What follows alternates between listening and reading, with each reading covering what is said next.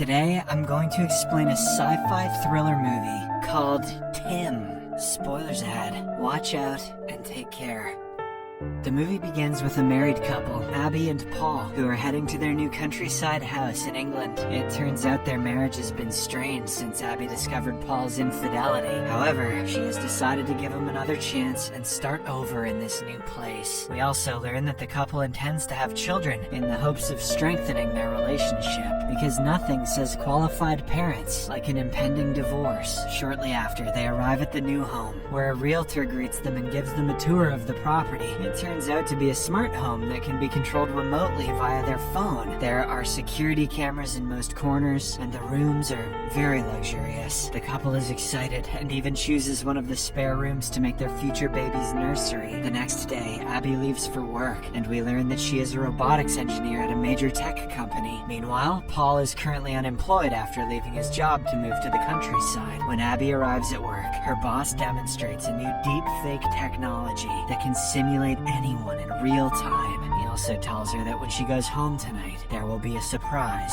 waiting for her. After a long day at work, Abby returns home and Paul informs her that a courier has arrived for her. They both go to open the package and are surprised to discover that it contains a robot looking exactly like a person. Paul is perplexed, but Abby explains that it is called Tim, which stands for Technologically Integrated Manservant, or Titillating Infidelity Machine. She claims it is their company's latest invention and that each employee is given one to test for a few days. Paul is repulsed by the prospect of a strange robot walking around their house, but on his wife's insistence, he agrees to keep it. Following this, Abby activates Tim, who greets them and introduces himself. He then requests the couple's passwords to all of their devices and accounts so that he can assist them with their tasks. Paul is irritated by this, so Abby suggests they postpone it until tomorrow. Afterward, the couple gets ready to attend a party at Abby's boss's house. Tim prepares a company car for them, which drives itself without the driver. When they arrive at the party, they notice several Tim robots that look the same. Abby is quickly taken aside by her boss and other important people,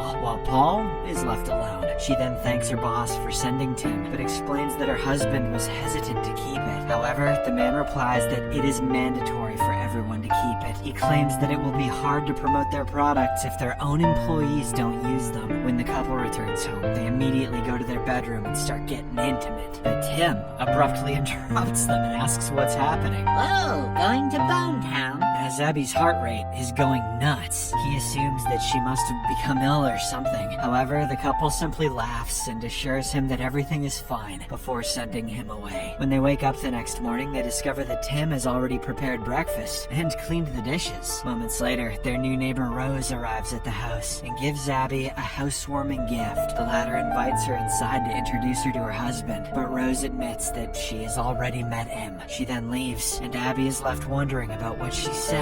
She asks her husband why he didn't mention meeting their neighbor earlier. However, Paul casually responds that he met her while on a walk and forgot to mention it. Moments later, Tim asks the couple to give him access to all their devices and accounts. With this, he can send emails and make purchases on their behalf. Abby doesn't mind, but Paul feels it's a breach of privacy and refuses. Abby then demands that he be transparent, or she will be unable to trust him again. Hearing this, Paul finally agrees and grants Tim access to all of his personal information and devices. The robot also tells them a safe phrase in case they want to turn him off at some point. That evening, while the couple is watching a movie, they notice Tim standing at a distance. Abby invites him to join them, and the robot accepts. Paul isn't interested in the romantic film, so he soon falls asleep, but Tim watches it with great curiosity. After that, Abby asks what he thinks of the film, and Tim says he liked it because it showed the beauty of love. The film seems to have stirred something in him, and he says he would also like to be loved. The next day, when Abby returns home from work, she doesn't find her husband anywhere. She asks Tim, who reveals that Paul is out and his phone is off. This makes Abby suspicious, and she wonders if her husband is having another affair. Later that night, Paul returns home and explains that he was visiting recruitment agencies when his phone died. He also says he met Rose on the way and helped her lift some grocery bags. Abby feels a pang of jealousy, which Paul quickly senses. However, he assures her not to worry, as he only only loves her. In the next scene, we see the couple at a fertility clinic making progress towards starting a family. Later, when Abby returns home from work, she discovers Paul working in the yard and smiles. However, she soon notices Rose arriving and giving him a plant. This makes Abby extremely jealous, and she later asks Paul what their neighbor was doing there. He responds that nothing is going on between them, and that Rose is simply helping him with the gardening project. The next morning, while leaving for work, Abby recalls that she needed to call the clinic to check on her results.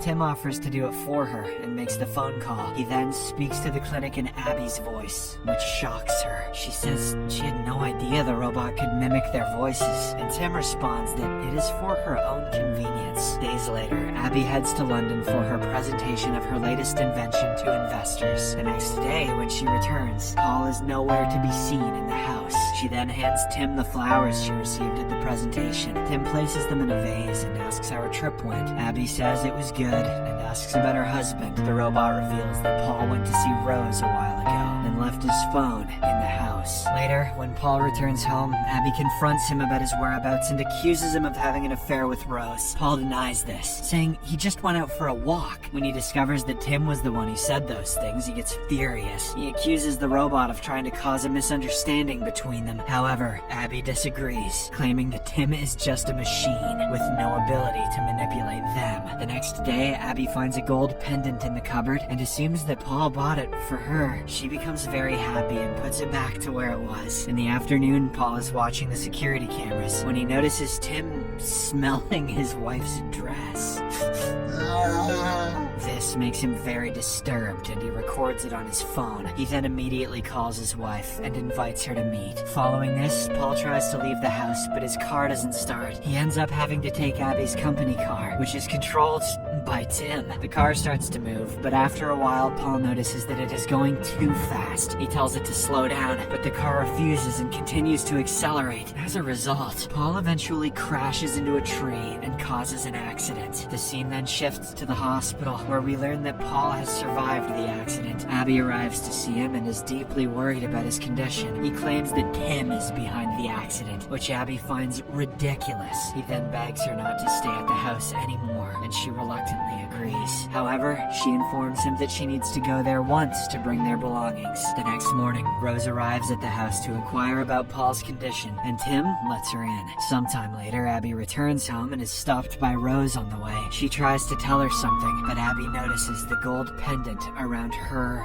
neck, the same one she discovered in their closet. An enraged Abby refuses to listen to Rose and drives away. When Abby returns home, she's confronted by Tim, who understands that she wants to turn him off. But before that, he shows her a video of Rose and Paul kissing in the hallway while she was away in London. A devastated Abby bursts into tears, realizing her husband has once again cheated on her, and conveniently forgetting that her company works on deep fake technology. The next morning, when his wife doesn't return to the hospital, a worried Paul arrives at the house. Abby then begins to accuse him of cheating and confronts him about the pendant and video. He is appalled as he watches the video of himself kissing Rose. He claims it's someone else, but Abby doesn't believe him and tells him to leave her house. Despite his explanations, she refuses to listen, so a distraught Paul packs his things and leaves. After arriving in the city, Paul calls Rose and informs her that Abby has kicked him out of the house. He asks her to look after his wife while he's away. Rose then tells him about how the man in their house attempted to kiss her yesterday. Hearing this, Paul is shocked and immediately hangs up to call his wife. He tells her what happened to Rose and asks her to stay away from the robot. He says he's coming to get her, and Abby agrees, but we soon realize it is Tim speaking in her voice. In the next scene, Paul returns to his house to get Abby,